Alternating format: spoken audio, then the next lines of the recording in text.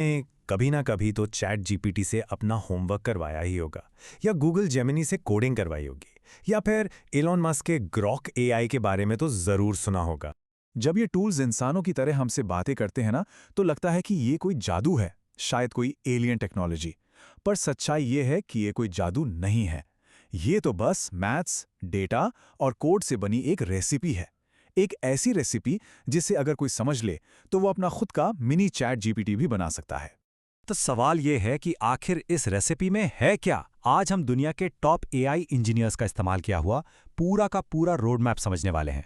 चलिए शुरू करते हैं। तो देखिए, हम शुरुआत करेंगे ये समझने से कि एआई असल में जादू क्यों नहीं है। फिर हम इसकी नींव रखने वाले 4 मजबूत पिलर्स को जानेंगे, इसका एक डिजिटल दिमाग बनाएंगे और फिर ये पता लगाएंगे कि ये दिमाग असल में सीखता कैसे है। और आखिर में उस दिमाग को एक चैटबॉट में कैसे बदलते हैं, वो देखेंगे। ठीक है, तो चलिए सीधे काम पर लगते हैं। सोचिए, अगर कोई 100 मंजिला बिल्डिंग बना रहा है तो वो सीधे दीवारों को पेंट करने से तो शुरू नहीं करेगा, है ना? शुरुआत होती है एक मजबूत नींव से।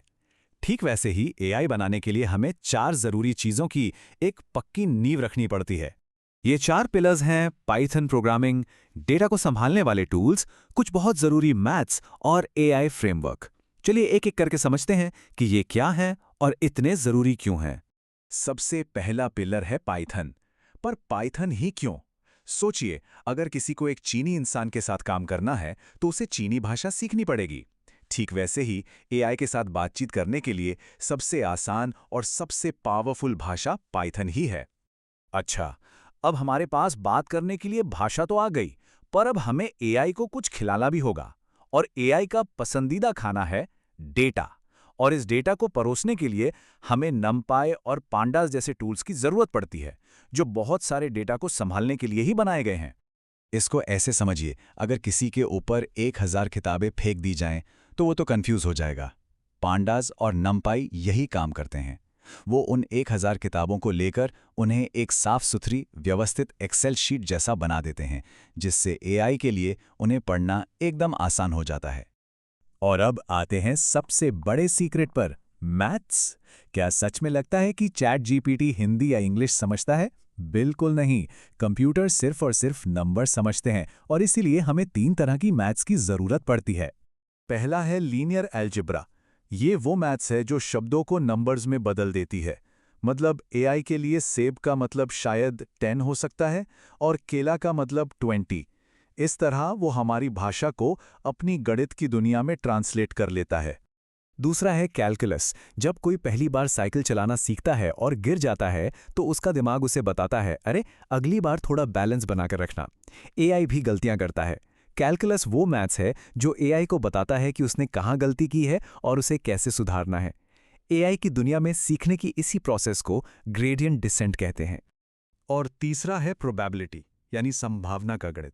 चैट जीपीटी जवाबों को रटता नहीं है, वो तो बस अनुमान लगाता है। अगर मैं कहूं आसमान का रंग, तो अगले शब्द के होने की सबसे ज्यादा संभावना क्या है? नीला, है ना? एआई बिल्कुल ऐसे ही काम करता है। संभावना के आधार पर शब्दों को एक दूसरे से जोड़। तो कोडिंग सीख ली, डेटा को व्यवस्थित कर लिया और मैथ्स भी समझ ली, लेकिन ये सब होगा कहाँ? यहीं पर पाईटॉर्च और टेंसरफ्लो जैसे एआई फ्रेमवर्क काम आते हैं।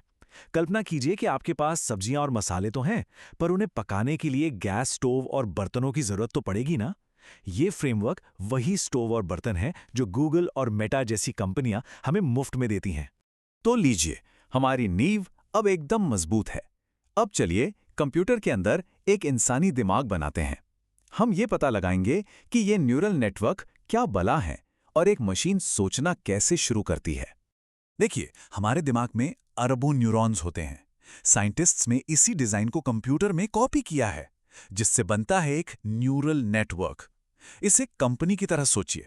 आपके पास कुछ वर्कर्स हैं जो डेटा लाते हैं, फिर मैनेजर्स हैं जो उस डेटा को प्रोसेस करते हैं, और आखिर में एक बॉस है जो फाइनल फैसला लेता है। बस यही पूरी सिस्टम एक न्यूरल नेटवर्क है।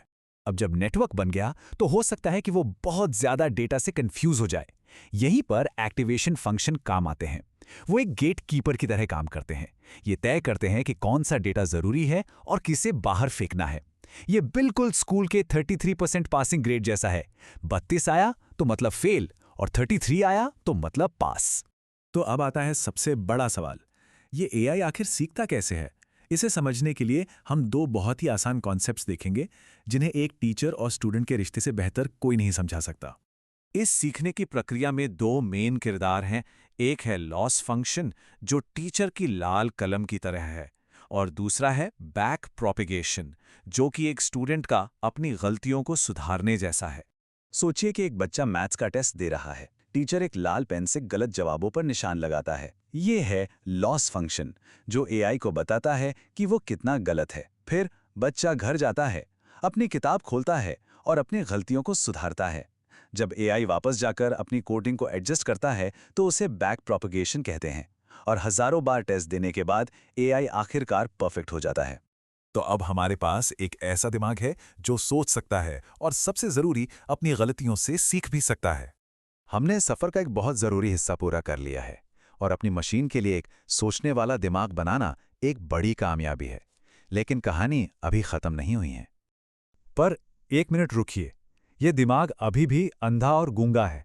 ये हमारी इंसानी भाषा को नहीं समझता। तो सबसे बड़ा सवाल ये है, हम इस बेजान दिमाग को अपनी तरह बात करना कैसे सिखाएंगे? ये हमारी भाषा, चाहे वो हिंदी हो या इंग्लिश, उसे समझेगा कैसे?